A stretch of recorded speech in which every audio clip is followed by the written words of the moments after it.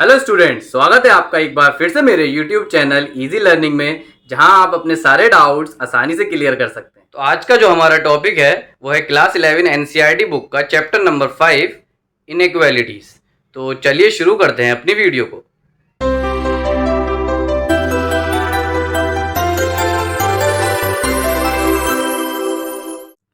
तो जो हमारा अगला चैप्टर है वो है चैप्टर नंबर 5 लीनियर इनइक्वालिटीज।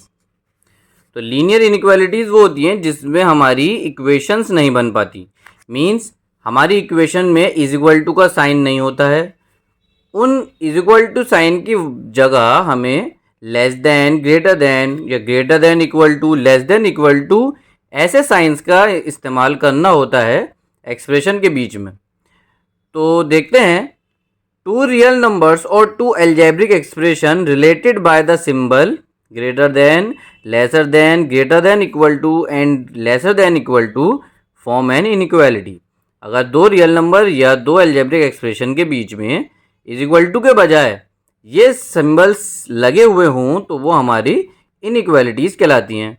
इसी तरीके से पहली इनइक्वालिटी आती है न्यूमरल इनइक्वालिटीज़, जो हमारे सिर्फ नंबर्स के बीच में होती है, जैसे 3 इज़ ग्रेटर देन 5 या 7 इज़ ग्रेटर देन 5। इस तरीके की जो भी हमारी न्यूमरल्स होते हैं वो न्यूमरल्स इनइक्वालिटीज़ कहलाती हैं, जिसमें सिर्फ हमारे नंबर्स होते हैं। इसी तरीके से एक्स एंड वाई और न्यूमरल्स नंबर्स दोनों जिसमें हों वो हमारी इनइक्वालिटीज़ लिटरल इनइक्वालिटीज़ कहलाती हैं, जहाँ पे इज इक्वल टू के बजाय हमारा लेस देन या ग्रेटर देन का साइन होता है। X less than 5, y greater than 2, ये हमारी जो हैं वो लिटरल इनइक्वालिटीज़ हैं। इसी तरीके से आती हैं डबल इनइक्वालिटीज़, जिसमें हमारा दो से ज़्यादा नंबर हो सकते हैं, दो नंबर या वेरिएबल भी हो सकते हैं और उनके बीच में ग्रेटर देन या लेसर देन ये सिंबल्स इस्तेमाल हो रहे हों इज इक्वल टू के बजाय, तो वो इनइक्वालिटीज़ हमारी डबल इनइक्वालिटीज़ कहलाती हैं। अब देखते हैं कि इसके ऊपर क्वेश्चन किस तरीके से पूछे जाते हैं।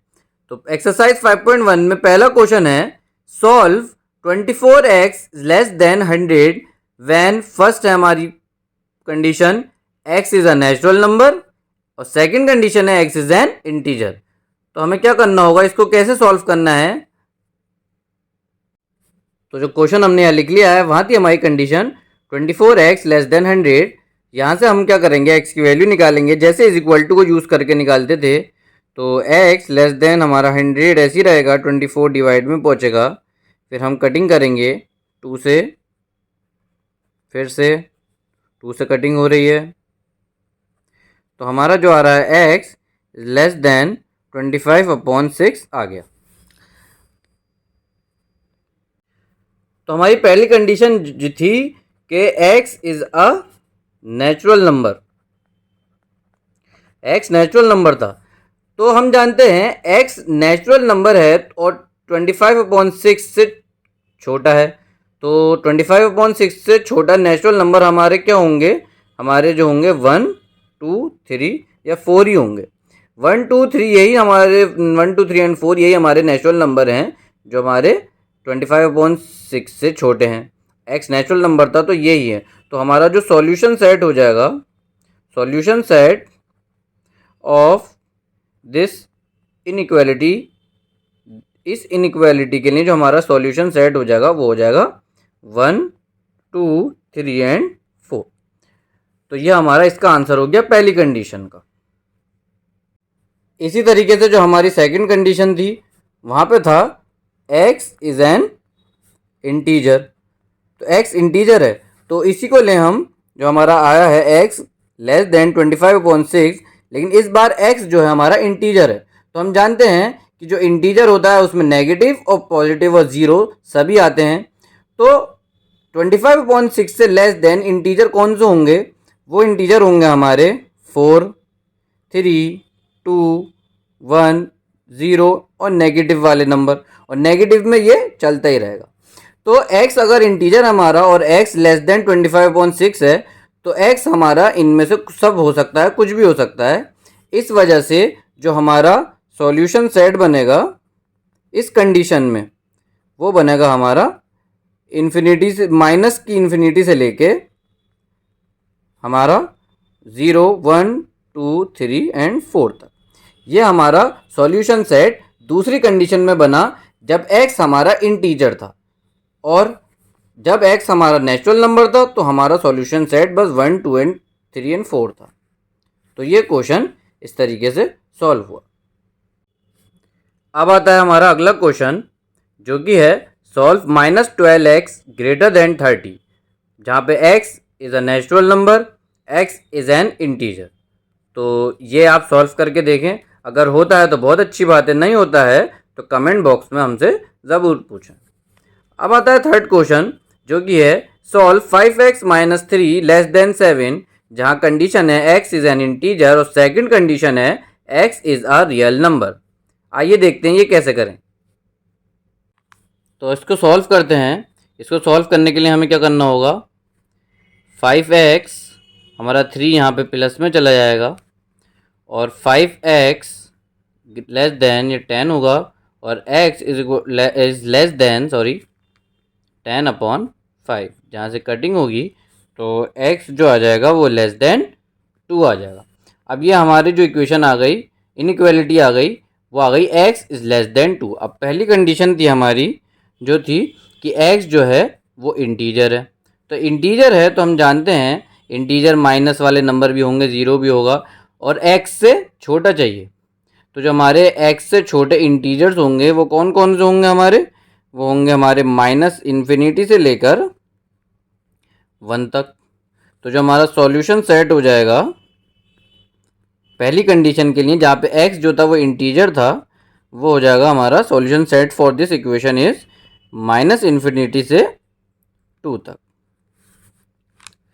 इसी तरीके से जो हमारी सेकंड कंडीशन थी वो थी x is a real number. तो रियल नंबर के लिए भी हमारी जो है वो यही जो होगी वो कंडीशन रहेगी, सॉल्यूशन सेट भी हमारा यही रहेगा, क्योंकि हमारे रियल नंबर में भी नेगेटिव नंबर और 0, 1 सभी आता है, और x लेस देन 2 है तो लेस देन में सभी आएंगे, इन्फिनिटी वाले, इन्फिनिटी से लेके नेगेटिव से लेके 0, 1 सभी नंबर हमारे रियल में भी आएंगे। तो दूसरी कंडीशन के लिए भी जो हमारा सॉल्यूशन सेट रहेगा वो हमारा यही रहेगा कि x छोटा है 2 से, और x जो है अगर हमारा इंटीजर है तो x की जगह हम ये लिखेंगे, तो हमारा सॉल्यूशन सेट ये होगा। इसी तरीके से जो हमारा दूसरी कंडीशन है जहाँ x रियल नंबर था, उसमें भी हमारे -2, -1 और माइनस के नंबर 0, 1 ये सब आएंगे x की जगह, तो वो दूसरी कंडीशन में भी हमारा सॉल्यूशन सेट यही रहेगा। इस तरीके से ये हमारा होगा। अब हमारा क्वेश्चन ऐसा है कि हमें बहुत सारी इनइक्वालिटीज़ के लिए एक ही क्वेश्चन दे दिया है, solve the inequalities for real x. मतलब इनइक्वालिटीज़ को आप सॉल्व करिए और x जो है आपका रियल नंबर है।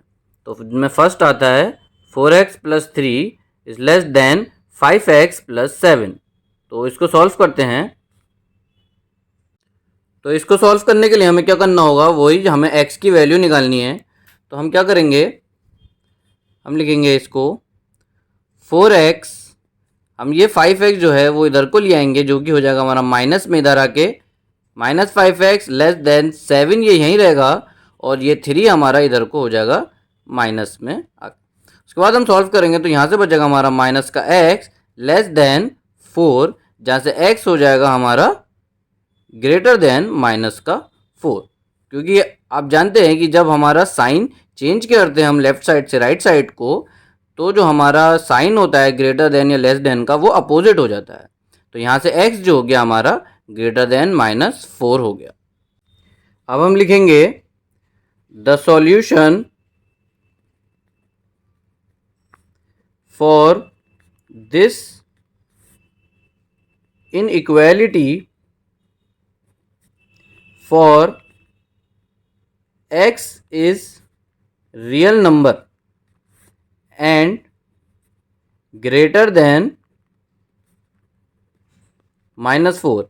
अब हमारा सॉल्यूशन क्या होगा इसके लिए कि x जो है वो हमारा रियल नंबर है और -4 से बड़ा है। तो आप जानते हैं कि जो रियल नंबर होते हैं हमारे वो सारे नंबर रियल नंबर कहलाते हैं, और -4 से जो बड़ा होगा वो हमारा -3, -2, -1 अप टू पॉजिटिव की इन्फिनिटी तक नंबर सारे हमारे -4 से बड़े होंगे। तो जो हमारा सॉल्यूशन हो जाएगा इसका सॉल्यूशन सेट वो हो जाएगा -4 से लेके इन्फिनिटी तक। इसी तरीके के ये क्वेश्चन है, ये भी इसी तरीके का आप सॉल्व करके देखें कि आंसर आ रहा है नहीं आ रहा है। इसी तरीके से ये हैं, इनके अंडर ब्रैकेट मल्टीप्लाई करके ये इसी तरीके के बन जाएंगे, फिर उसी तरीके से ये सॉल्व होंगे। मैं आपको 8 करके दिखा देता हूँ। जब हमारे पास है 3 multiply 2 minus x greater than and equal to 2 multiply 1 minus x, तो इसको कैसे करेंगे हम? तो अब हम इसको सॉल्व कर लेते हैं एक्स की वैल्यू के लिए। तो सबसे पहले हम अंडर ब्रैकेट मल्टीप्लाई कराते हैं, हो जाएगा 3 2 ज़ा 6 minus 3x greater than and equal to 2 1 ज़ा 2 माइनस 2x। जहाँ से माइनस 3x यहीं छोड़ें और माइनस का 2x इधर प्लस में ले आते हैं, greater than and equal to 2 यहीं पे रहने देते हैं और 6 हमारा माइनस में आ जाता है। जहाँ से हमारे पास वैल्यू आएगी यहाँ से माइनस एक्स और यहाँ से वैल्यू आएगी -4, और ये साइन से हम साइन कैंसिल करने के बाद हम क्या लिखेंगे x, और ये साइन दोबारा से अपोजिट हो जाएगा। तो ये हो जाएगा x is less than and equal to 4। अब जो हमारे पास x की वैल्यू आई है वो आई है less than and equal to 4 for x is a real number. तो हम लिखेंगे द सॉल्यूशन सेट ऑफ या for this inequality for x is a real number and greater than lesser than or equal to 4। तो हमारा solution set क्या होगा? x से छोटा या फिर इक्वल। तो x से छोटे जो हमारे 4 से छोटे जो हमारे नंबर होंगे, वो नंबर जो होंगे हमारे 3 2 1 और माइनस इन्फिनिटी तक जाएंगे, और इक्वल टू 4 भी कह रहे हैं। तो ये जो हमारा सेट आएगा सॉल्यूशन सेट इस इनइक्वालिटी के लिए, वो क्या आएगा? माइनस की इन्फिनिटी से लेकर 4 तक, क्योंकि हमारा x है less than and equal to 4। तो 4 के इक्वल तो 4 आया, और लेस देन जो है वो 4 के, जो हमारी 3 2 1 0 और माइनस के नंबर भी हमारे लेस देन 4 माने जाते हैं। तो जाहिर सी बात है जो हमारी सेट बनेगा वो बनेगा माइनस की इन्फिनिटी से 4 तक। इस तरीके से ये सॉल्व होगा। अब इसी तरीके से अगला क्वेश्चन है हमारा x plus x upon 2 plus x upon 3 less than 11। यहाँ से भी हम क्या करेंगे? x की वैल्यू निकालेंगे और सॉल्यूशन साइड देखेंगे क्या होगा। तो आइए देखते हैं। तो इसको सॉल्व करते हैं। सॉल्व करने के लिए हमें इसमें एलसीएम लेना होगा।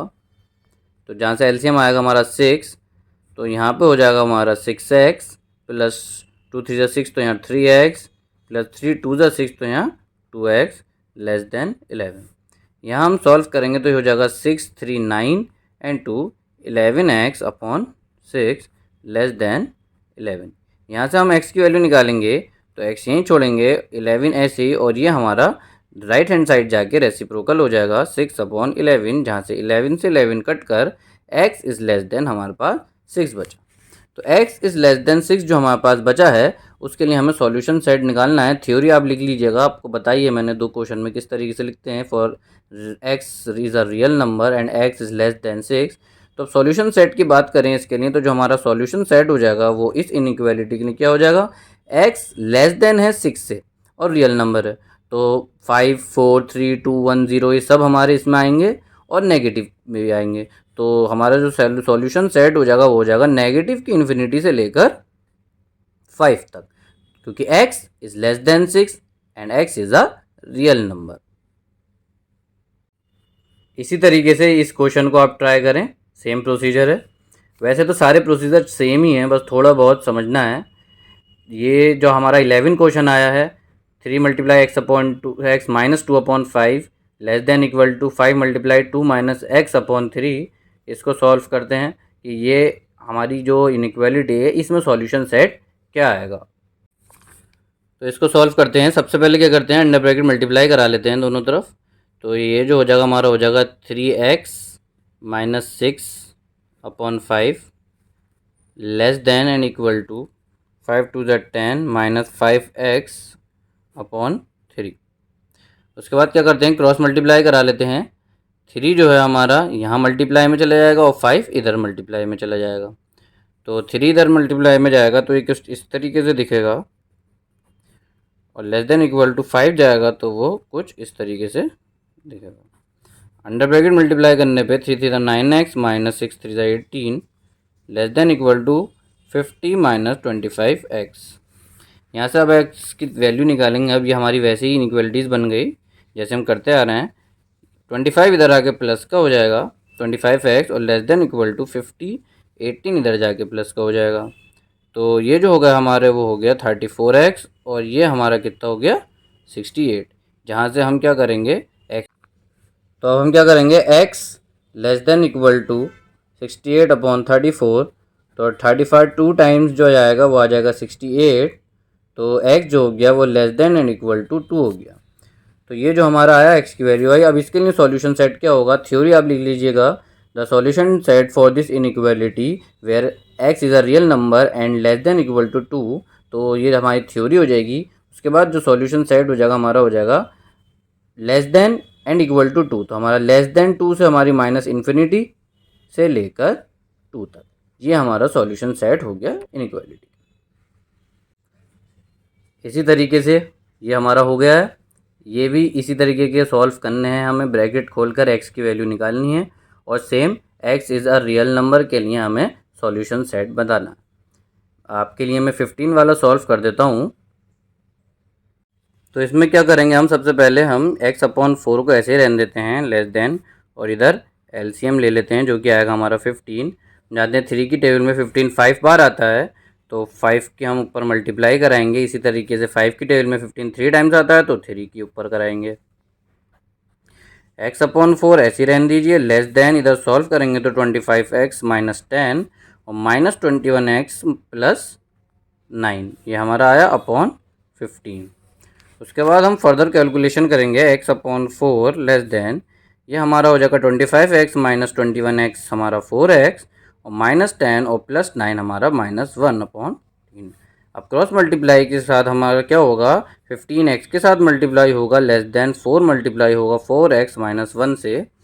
उसके बाद ये हो जाएगा हमारा 15x less than 16x minus 4, जहाँ से 16x जो है वो हमारा माइनस में आएगा इधर और लेस देन -4 ऐसे ही रहेगा। ये हो जाएगा -x less than -4। Sine minus से माइनस कैंसिल होने पे साइन हमारा अपोजिट हो जाएगा, तो x जो हो जाएगा वो ग्रेटर देन 4 हो जाएगा।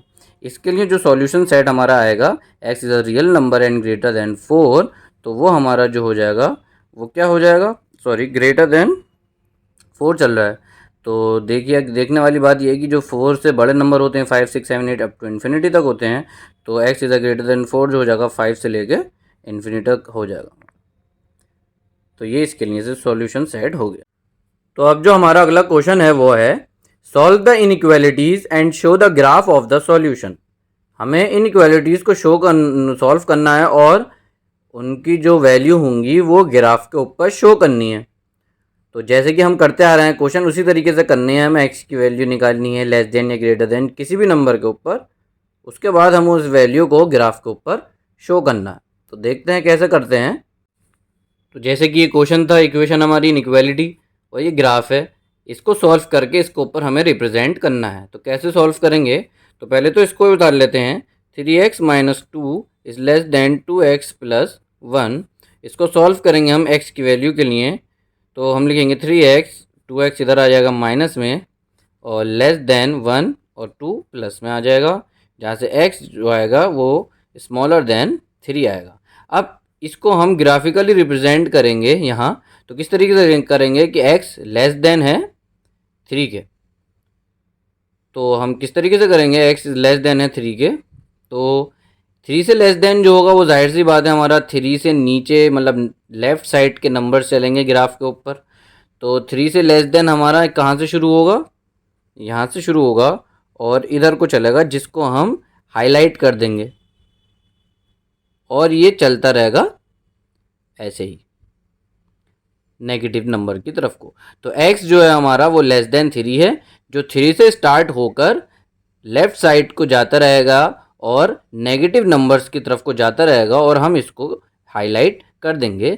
तो ये जो हो गया वो x लेस देन 3 हमारा रिप्रेजेंट हो गया ग्राफ पे। तो आप इसको किसी भी दूसरे पेन वगैरह से हाईलाइट कर सकते हैं जिससे कि ये अच्छे से शो हो। यही सेम चीज़ें जो हैं वो इन क्वेश्चंस के लिए होनी है। 17 18 आप ट्राई करें, 19 ट्राई करते हैं कि 19 को सॉल्व करके हम ग्राफ पे कैसे रिप्रेजेंट कर सकते हैं।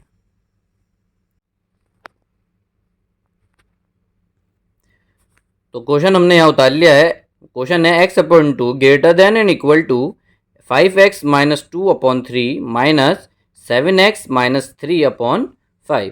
तो इसको हम सॉल्व करेंगे तो हम क्या लिखेंगे, x/2 greater than and equal to ऐसे ही रहेगा और इनमें हम एलसीएम ले लेंगे जो कि आएगा हमारा 15।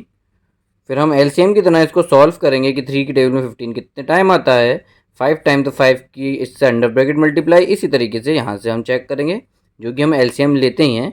इसमें ज़्यादा बताने का तो कुछ है नहीं क्योंकि आपको पता ही होगा। तो ये कुछ इस तरीके से दिखेगा।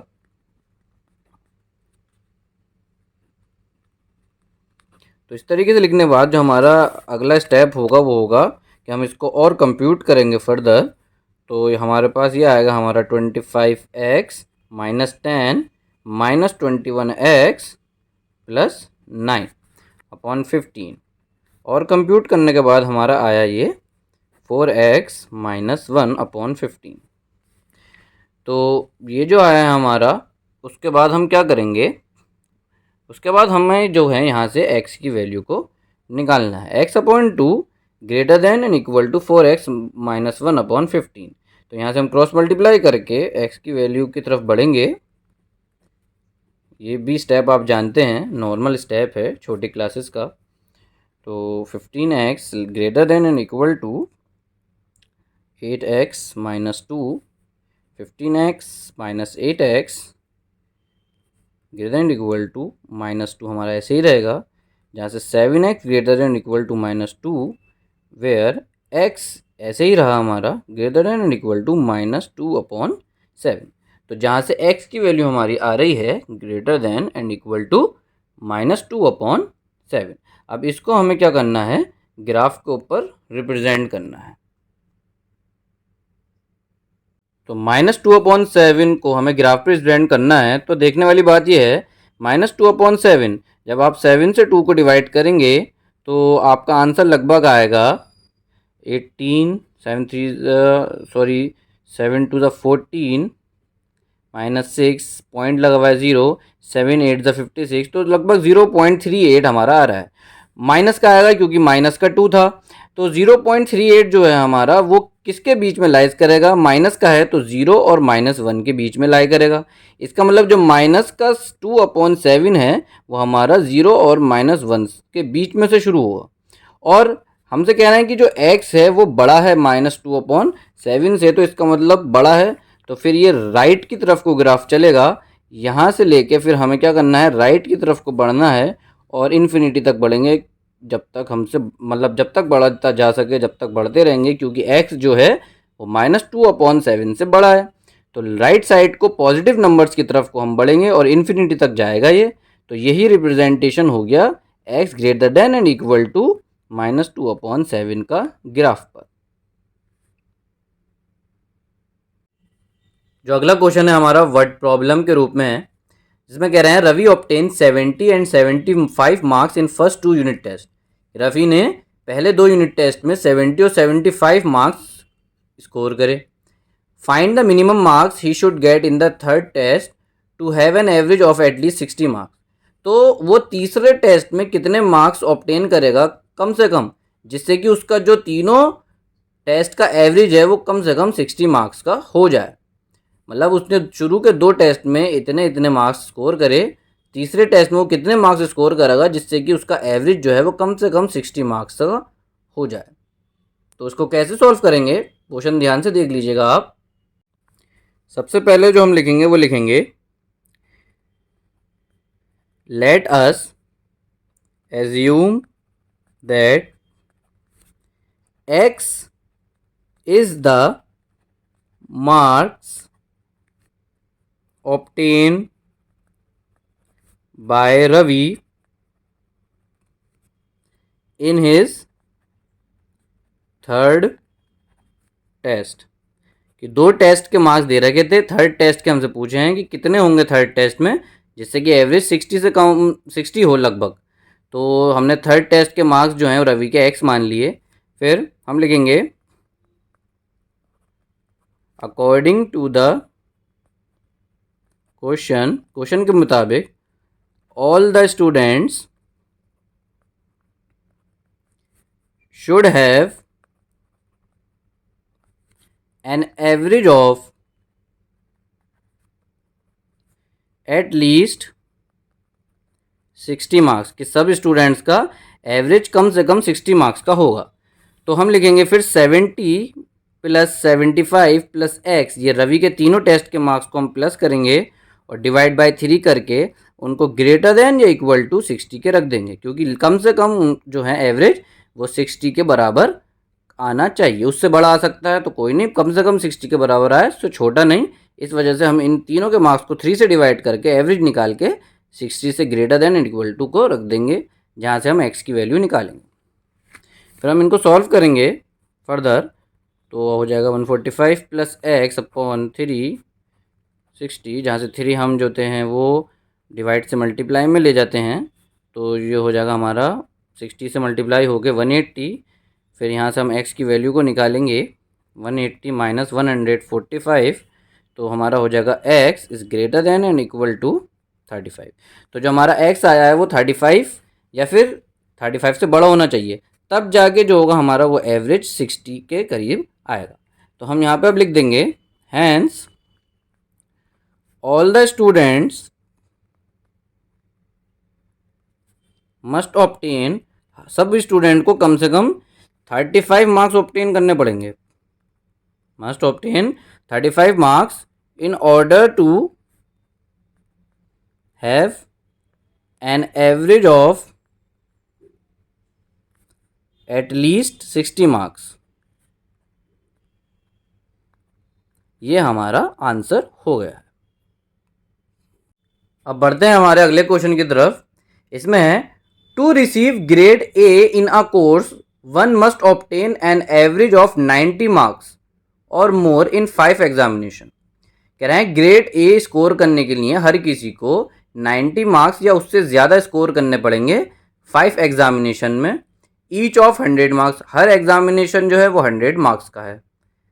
If Sunita marks in first 4 examination are, अगर सुनीता के मार्क्स 4 एग्जाम्स में ये दे रखे हैं हमें, find minimum marks that Sunita must obtain in 5th examination, तो बताओ वो 5th एग्जामिनेशन में उसको कितने कम से कम कितने मार्क्स लाने पड़ेंगे to get grade A in the course, जिससे कि उसको कोर्स में ग्रेड ए मिल जाए।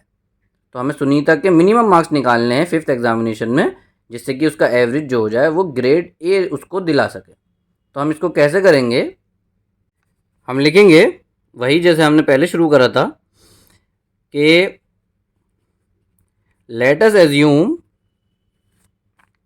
Sunita scored x mark in हर 5th एग्जामिनेशन, x मान लिया हमने। उसके बाद हम लिखेंगे now according to question, in order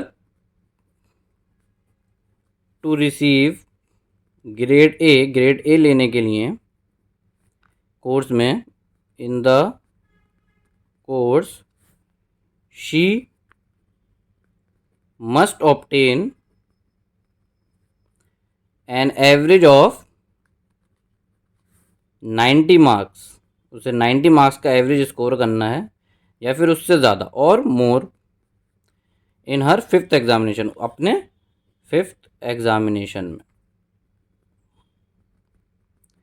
तो इसके हिसाब से जो हमारा एवरेज बनेगा वो पांचों एग्जामिनेशन को हम प्लस करके 5 से डिवाइड करेंगे और वो ग्रेटर देन होगा और इक्वल होगा 90 के। तो हम लिखेंगे यहाँ पे शुरू के 4 जो थे वो थे 87 प्लस 92 प्लस 94 प्लस 95, और पाँचवा हमने x माना था, divide by 5 and greater than and equal to 90। यहाँ से हम सॉल्व करके x की वैल्यू को निकालेंगे। 368 हो जाएगा plus x upon 5 greater than equal to 90, जहाँ से 368 प्लस एक्स जो है हमारा ऐसे ही रहा और 5 मल्टीप्लाई में गया 90 के पास तो हो गया 450, जहाँ से एक्स ऐसे ही रहा ग्रेटर देन इक्वल टू और 450 माइनस में 368, यहाँ से x is greater than and equal to आया हमारा 82 के। तो हम यहाँ पे लिख देंगे सो शी मस्ट ऑब्टेन, उसको कितने ऑब्टेन करने होंगे 82 या फिर उससे ज़्यादा और more marks in 5th examination, तो उसे 5th एग्जामिनेशन में 82 या उससे ज़्यादा मार्क्स ऑब्टेन करने पड़ेंगे ताकि उसकी ग्रेड ए हो जाए। अब अगला क्वेश्चन आता है find all pairs of consecutive odd positive integer both of which are smaller than 10 such that their sum is more than 11। हमसे कह रहे हैं वो सारे पेयर्स निकालिए कॉन्जिक्यूटिव ऑड पॉजिटिव इंटीजर्स के जो दोनों ही 10 से छोटे हों, जिसमें दोनों ही नंबर 10 से छोटे हों और उनका सम जो हो वो 11 से ज़्यादा हो। तो ये कैसे करेंगे, ध्यान से क्वेश्चन को समझ लीजिए। हमें कॉन्जिक्यूटिव ऑड पॉजिटिव इंटीजर के पेयर निकालने हैं जिसमें से दोनों ही जो हों वो पेयर के अंदर वो दोनों स्मॉल हों 10 से और उन दोनों का सम 11 से ज़्यादा हो। तो कैसे करेंगे हम, तो अब हम लिखेंगे पहले late us assume x to be the smaller of the two consecutive odd positive integer।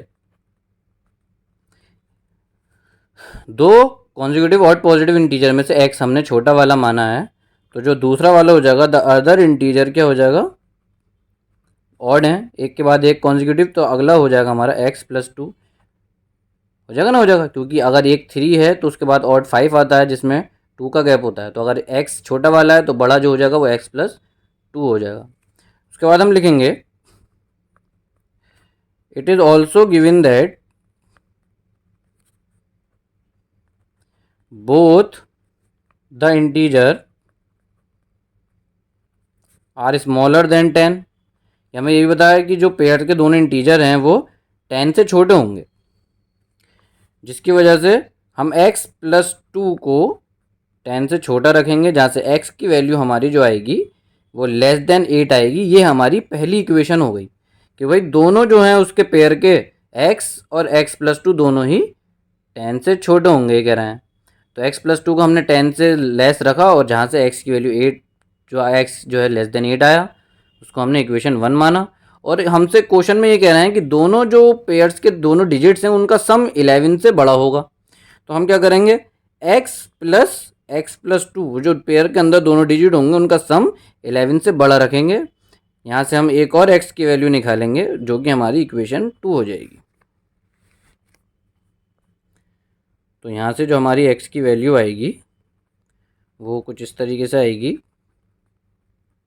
x is greater then 9/2 means x is greater then 4.5। ये हमारी इक्वेशन सेकंड हो गई।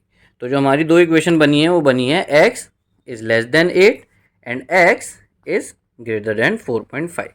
अब हमें x की वैल्यू जो होनी है वो इन दोनों इक्वेशन के हिसाब से ही लेनी है।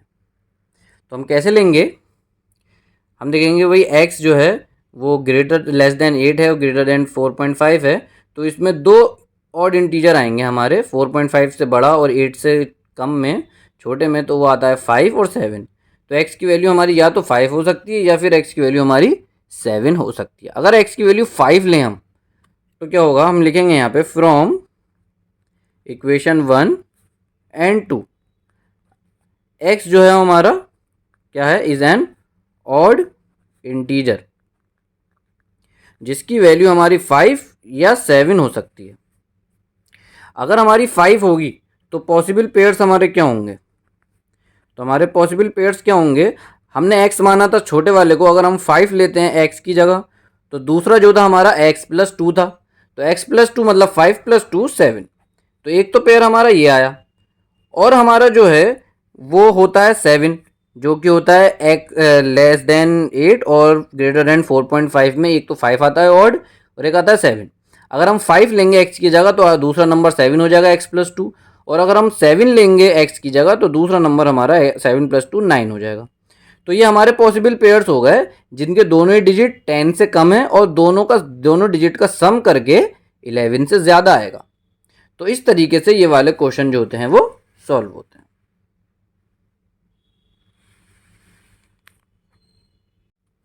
इसी तरीके से ये अगला क्वेश्चन है, आपको ट्राई करना है। इसमें ऑड पॉजिटिव इंटीजर के बजाय इवन पॉजिटिव इंटीजर दे रखे हैं, और वही सेम सब कुछ हमें इसमें करना है जो हमने पिछले क्वेश्चन में अभी करा है।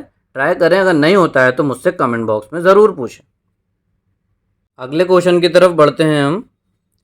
है the longest side of a triangle is 3 time the shortest side. Triangle की एक बड़ी वाली साइड उसकी छोटी वाली साइड के तिगनी है। And the third side is 2 centimetre shorter than longest side, और जो उसकी तीसरी साइड है वो लॉन्गेस्ट साइड से 2 सेंटीमीटर छोटी है। If the perimeter of the triangle is at least 61 centimetre, अगर ट्राइंगल का पेरीमीटर 61 सेंटीमीटर है कम से कम, find the minimum length of the shortest side. तो शॉर्टेस्ट साइड की लेंथ निकालनी है कि कम से कम क्या होनी चाहिए। बहुत ईजी है, देखिए कैसे करते हैं।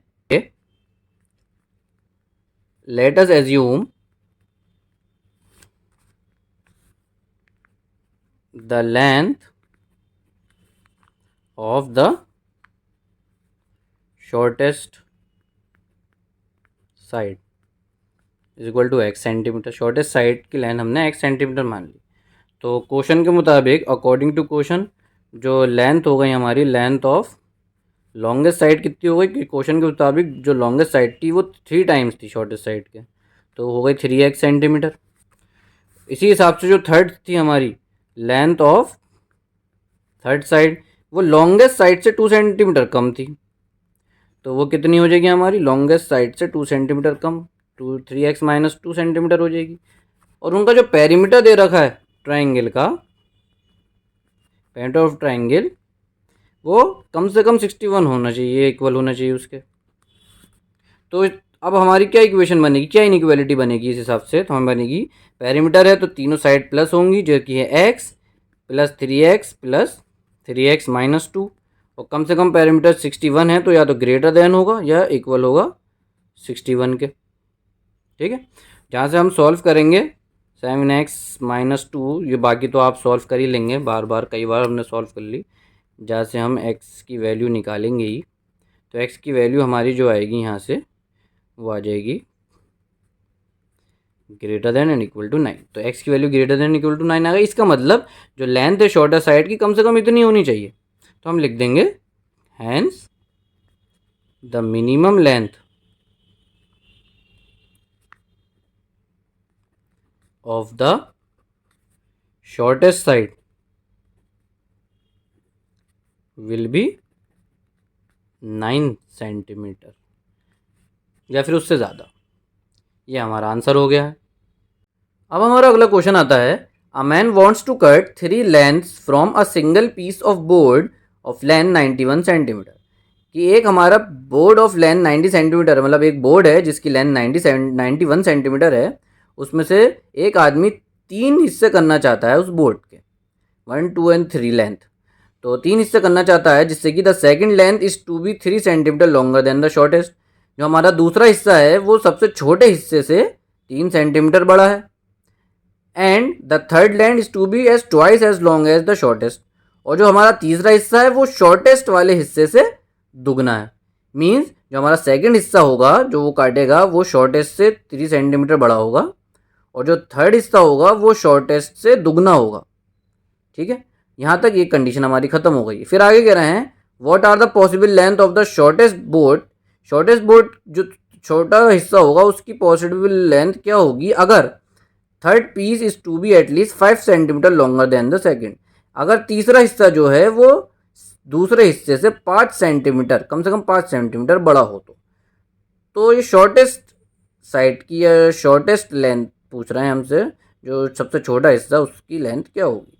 तो इस क्वेश्चन में 2 कंडीशन है, एक कंडीशन यहाँ ख़त्म हुई है और एक कंडीशन यहाँ ख़त्म हुई। तो इसका मतलब ये 2 कंडीशन हमें दे रखी हैं, तो 2 इक्वेशन बनेगी हमारी यहाँ पे, और फिर x की वैल्यू निकलेगी। तो क्वेश्चन आप समझ गए हैं, दोबारा से इसको एक बार पढ़ लें, उसके बाद हम चलते हैं सॉल्यूशन की तरफ। तो हम पहले क्या लिखेंगे, हम वही लिखेंगे कि let us assume the length of the shortest piece is equal to x centimetre. Shortest piece की हमने लेंथ हमने x मान ली है। फिर according to question length of the second piece is equal to x plus 3 centimetre. इसी तरीके से length of third piece is equal to 2x centimetre. हमें पता है all the three lengths are to be cut from a single piece, की तीनों length जो हैं, तीनों टुकड़े वो एक सिंगल पीस से ही कटे हुए हैं। तो हम लिखेंगे as all the three length are to be cut from a single piece of board having a length of 91 centimetre. इस वो बोर्ड जिसकी लेंथ 91 सेंटीमीटर थी, उसी में से तीनों पीस कटे हुए हैं। तो तीनों मिलके जो होंगे वो या तो छोटे होंगे 91 सेंटीमीटर से, या फिर इक्वल होंगे 91 सेंटीमीटर के। क्यों छोटे क्यों होंगे, ये तो इक्वल बता रहे हैं बोर्ड, उसी में से हमने पीस काटे हैं, तो वो छोटे क्यों होंगे। छोटे यूँ भी हो सकते हैं क्योंकि काटने में, जब हम काटते हैं किसी चीज़ को, थोड़ा बहुत रॉ जो होता है वो वगैरह थोड़ा मटेरियल गिरता है, जिसकी वजह से जो होता है वो लेंथ कम हो सकती है उन पीसीस की जो वो बड़े बोर्ड में से काटे हैं। इस वजह से x plus 3 plus 2x less than and equal to 91 हो जाएगा हमारा। जहाँ से हम x की वैल्यू निकालेंगे, सॉल्व करेंगे आगे फर्दर, तो कुछ इस तरीके से आएगा हमारा। प्लस हो जाएंगे x, ये 3 ऐसे ही रहेगा। उसके बाद 91 माइनस 3 और 4x less than equal to 88 आएगा, और x इज इक्वल टू जहाँ से less than equal to 88 upon 4 हो जाएगा। जहाँ से ये कट जाएगा तो x जो आएगा हमारा वो लेस देन या इक्वल टू 22 होगा। ये हमारी पहली कंडीशन के ऊपर इक्वेशन बनी है, ठीक है, ये हमारी पहली कंडीशन के ऊपर इक्वेशन बनी है। इसी तरीके से जो सेकंड कंडीशन थी वो भी देखते हैं हम। तो सेकंड कंडीशन के हिसाब से हम लिखेंगे,